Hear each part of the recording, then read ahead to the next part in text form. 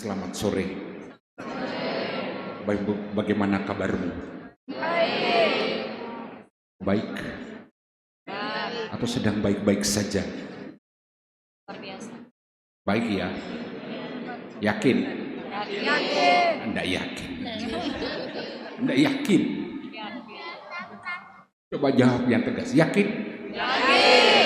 Dipaksakan baru yakin. Dipaksakan baru yakin. Tapi kalau tidak dipaksakan, amit-amit deh. Dulu imut-imut, sekarang amit-amit deh.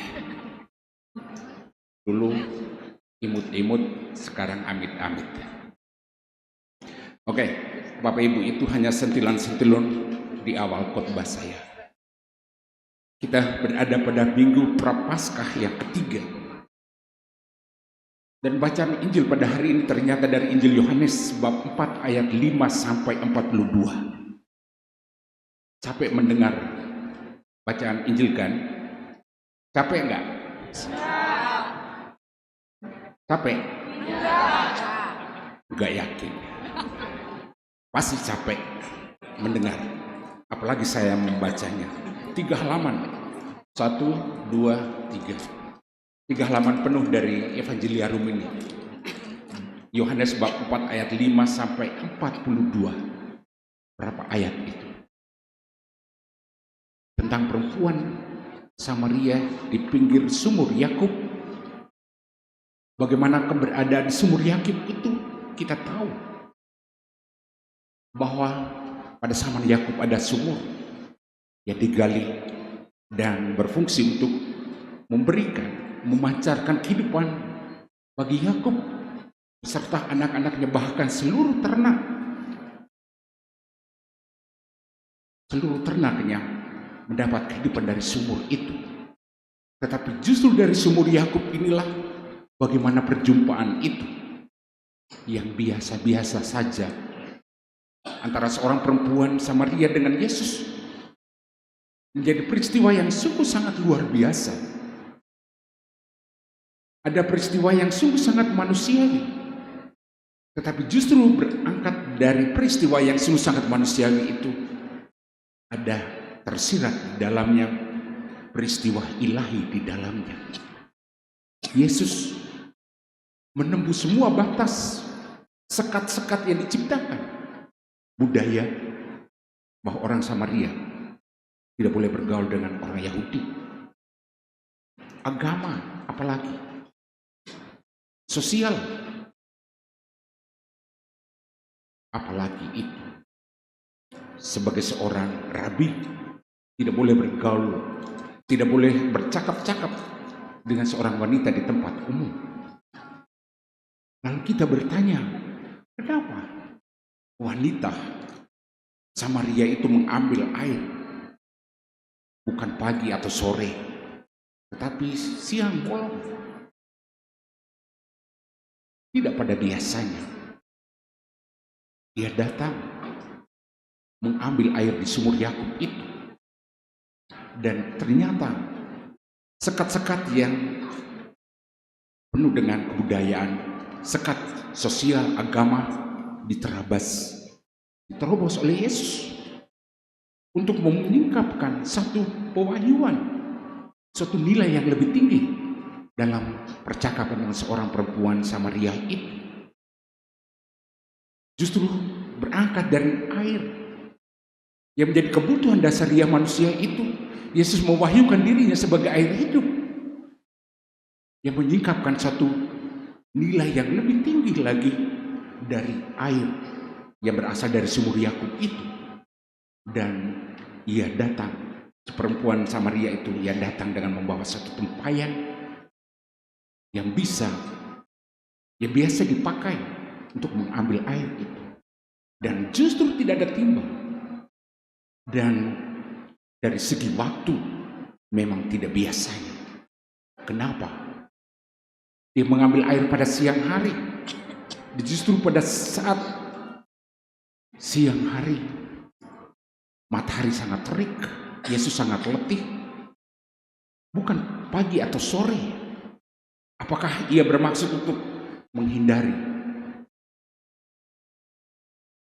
gosip-gosip dari tetangganya. Apakah mungkin ia mau bermaksud untuk menghindari tatapan dari orang-orang sekampungnya yang melebihi CCTV, kayak CCTV yang dipasang di mana-mana. Karena CCTV dari tetangga itu lebih tajam. Si A itu kemana bergentayangan, kayak Romo Moses bergentayangan kemana, Korindo terus. Apa bermaksud Korindo terus? Emangnya saya harus lapor jam tayangan saya itu? Tidak perlu kali saya melapor kepada dirimu. Itu beberapa komentar yang berkaitan dengan latar belakang yang dipakai untuk menghantar kita untuk masuk dalam permenungan kita. Dan ia membawa tempayan, tetapi di dalam hatinya ia membawa luka dalam tanda petik. Dan di tempat itu, di pinggir sumur Yakub itu, ternyata sudah ada Yesus di tempat itu. Maka dari konteks sosiologis dan apa yang dipaparkan oleh Injil Yohanes pada hari ini, saya telah merangkum beberapa nilai yang bisa menghantar Bapak Ibu, saudara dan saudariku untuk masuk dalam permenungan tentang bacaan Injil pada hari ini. Ada beberapa poin. Yang pertama, sumur yang dalam dan hati yang haus. Dalam Injil Yohanes tadi, itu kita melihat bagaimana Yesus memulai percakapan yang melampaui batas, seperti batas sosial, batas budaya, dan batas agama. Orang Yahudi dan Samaria tidak bergaul secara leluasa. Sebagai seorang rabi tidak berbicara dengan perempuan di tempat umum, namun Yesus melakukannya dengan satu permintaan dan permohonan kepada perempuan itu, berilah aku minum. Dan permintaan sederhana itu membuka pintu keselamatan. Yesus memulainya dengan kebutuhan manusiawi. Ia merendahkan dirinya. Yesus meminta duluan, berilah aku minum. Tetapi justru dalam hal ini sering kita merasa bahwa Tuhan yang kita imani itu Tuhan yang hanya menuntut. Tuhan banyak menuntut. Padahal dalam kisah Injil hari ini, Tuhanlah yang meminta. Tuhanlah yang haus akan hati manusia. Perempuan itu datang ke sumur Yakub untuk mencari air yang biasa. Tapi ia mendapatkan tawaran air yang jauh lebih besar nilainya daripada air yang ingin ia timba. Barang siapa minum air yang akan kuberikan kepadanya, ia tidak akan haus lagi untuk selama-lamanya. Itu kata Yesus kepadanya. Lalu satu item dalam percakapan antara perempuan dan Samaria, antara perempuan Samaria dengan Yesus itu, satu item yang patut kita renungkan ialah air hidup. Air yang bukan hanya sekedar menyegarkan tenggorokan. Air hidup yang bukan hanya menghapus dahaga sesaat, tetapi air hidup itu menumbuhkan, membangkitkan hidup kekal. Maka dalam hal ini kita diajak untuk bertanya kepada diri kita masing-masing. Apakah kita sadar akan dahaga rohani kita masing-masing? Apakah kita terus menimbah air dari sumur dunia pengakuan? Apakah kita terus menimbah air dari sumur relasi yang kosong? Apakah kita terus menimbah air dari sumur kesibukan tanpa arah di tengah-tengah kesibukan ini? Itu beberapa pertanyaan yang menghantar kita berkaitan dengan air hidup. Lalu item yang ketiga, Nilai yang kedua yang patut kita renungkan bahwa Tuhan mengenal luka-luka kita. Engkau telah mempunyai 5 suami. Percakapan antara Yesus dan perempuan itu semakin mendalam. Yesus menyentuh bagian yang paling rapuh dari hidup si perempuan itu. Dan Yesus mengungkapkan masa lalunya. Tetapi dalam hal ini Yesus tidak mempermalukan. Dalam hal ini Yesus tidak menghakimi. Yesus tidak menjauh dari perempuan yang diajak bicara, teman dialognya. Tetapi Yesus tetap menyatakan kebenaran tanpa kehilangan kelembutan. Maka hal ini patut kita merefleksikan diri kita masing-masing. Bahwa Tuhan mengenal diri kita masing-masing sepenuhnya. Entah itu masa lalu kita. Tuhan mengenal masa lalu kita. Mengenal kita sepenuhnya dengan kegagalan-kegagalan kita. Tuhan mengenal kita sepenuhnya dengan relasi-relasi kita yang hancur. Bahkan Tuhan mengenal kita sepenuhnya dosa yang kita sembunyikan.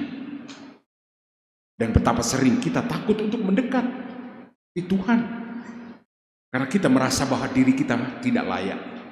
Kita pikir bahwa kita harus bersih dulu, baru datang kepadanya. Daripada hal ini justru karena kita haus dan justru kita terluka, maka kita dipanggil untuk datang kepada Yesus. Perempuan Samaria itu tidak lari, dan ia justru makin tertarik. Mulai melihat bahwa yang berbicara kepadanya itu bukan sekedar orang Yahudi biasa. Ia adalah seorang nabi.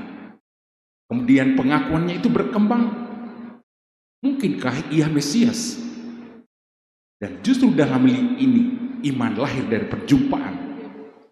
Dan dari perjumpaan dari tempayan kepada suatu kesaksian yang lahir dari perjumpaan di pinggir sumur Yakub itu. Bapak, Ibu, saudara dan saudariku yang terkasih, item yang ketiga, poin yang ketiga yang patut kita renungkan ialah meninggalkan tempayan. Salah satu detail yang paling indah dari kisah Injil pada hari ini adalah kalimat yang sungguh sangat singkat. Maka perempuan itu meninggalkan tempayannya di situ. Ia datang membawa tempayan, tapi ia pulang tidak membawa tempayan. Ini adalah suatu simbol yang kuat bagi kita semua yang membaca dan merenungkan bacaan Injil pada hari ini. Tempayan adalah lambang kebutuhan lamanya. Tempayan adalah simbol rutinitas yang harus diemban oleh si perempuan Samaria itu. Tempayan mungkin juga beban masa lalunya yang harus dipikul. Setelah berjumpa dengan Yesus, ia tidak lagi terikat pada sumber yang lama. Tetapi ia berlari ke kota. Ia menjadi pewarta. Dan orang yang sebelumnya mungkin dijauhi karena menjadi pembawa kabar baik. Orang yang datang sendirian kini mengundang seluruh kota untuk datang kepada Yesus. Dan hal ini menyadarkan diri kita masing-masing bahwa perjumpaan dengan Kristus itu selalu melahirkan suatu pengutusan bagi diri kita masing-masing. Dan kita juga diajak bahwa kita tidak bisa simpan air hidup untuk diri kita sendiri. Item yang berikut, dahaga terdalam. Setiap manusia selalu haus. Haus dicintai, haus diterima, haus dihargai, haus untuk dimengerti. Namun seringkali kita mencari untuk memuaskan rasa haus dan dahaga kita itu di tempat-tempat yang salah. Kita berharap relasi manusia bisa mengisi seluruh kekosongan. Kita berharap bahwa keberhasilan menghapus luka-luka kita. kita berharap popularitas memberi arti bagi hidup kita masing-masing. Tetapi Yesus berkata, akulah air hidup. Maka dalam hal ini kita belajar bahwa hanya Tuhan yang mampu menjawab dahaga terdalam bagi jiwa kita masing-masing. Ia tidak hanya menunggu bahwa diri kita harus sempurna, bahwa diri kita sempurna dulu baru datang kepadanya. Tetapi ia mendatangi kita. Ia duduk di pinggir sumur hidup kita masing-masing agar kita datang menimba kekuatan, menimba air hidup yang berasal daripada dirinya yang sekarang duduk di pinggir sumur kehidupan kita masing-masing. Itu beberapa poin yang patut kita refleksikan dalam kehidupan ini. Bapak, Ibu, Saudara dan Saudariku yang terkasih, bacaan Injil pada hari Minggu Prapaskah yang ketiga ini menjadi cermin batin bagi diri kita masing-masing. Dan masa Prapaskah adalah satu saat bagi kita masing-masing untuk kembali ke sumur hidup kita masing-masing. Masa Prapaskah sekaligus menjadi masa untuk bersikap jujur terhadap dahaga terdalam diri kita masing-masing. Maka melalui bacaan Injil pada hari ini, apalagi ditambah dengan peristiwa yang dihadapi oleh bangsa Israel dan kitab Kejadian, mengarahkan kita semua agar jangan melihat, baiklah kita menjadikan masa lalu apapun yang telah berlalu dalam kehidupan kita sebagai suatu proses untuk pembelajaran. Tapi jangan sampai gagal move on dari semuanya itu. Seringkali orang gagal move on dari semua peristiwa dan pengalaman yang terjadi pada saat ini. Terlalu terpaku dengan semua hal yang telah berlalu pada hari-hari kemarin, serta tidak mau beralih, tidak mau berlangkah dari semua zona nyaman yang telah mengikat dirinya itu. Semoga melalui refleksi sabda Tuhan pada hari ini, diri kita masing-masing, kita berani meninggalkan tempayan lama, pola hidup kita yang lama, cara berpikir kita yang lama di hadapan Tuhan. Dan kita siap untuk berjalan sebagai saksi air hidup di tengah-tengah dunia yang sudah saya katakan tadi sering haus dicintai, haus diterima, haus dihargai, haus dimengerti, dan haus yang sebagainya. Mari kita terus kembali dan tetap menyadari peristiwa kehidupan kita sebagaimana suatu tempayan di hadapan Tuhan dan siap diisi oleh air hidup yang berasal dari Tuhan sendiri yang memenuhi tempayan hidup kita masing-masing.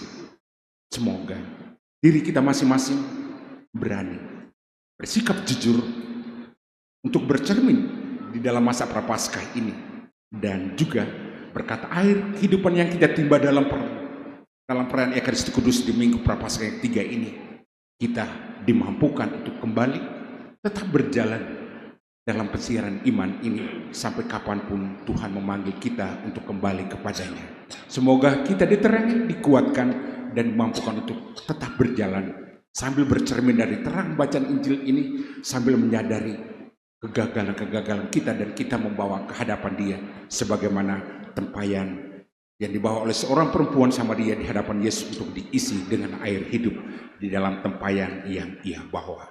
Tuhan memberkati dan Bunda Maria mendoakan kita semua. Amin.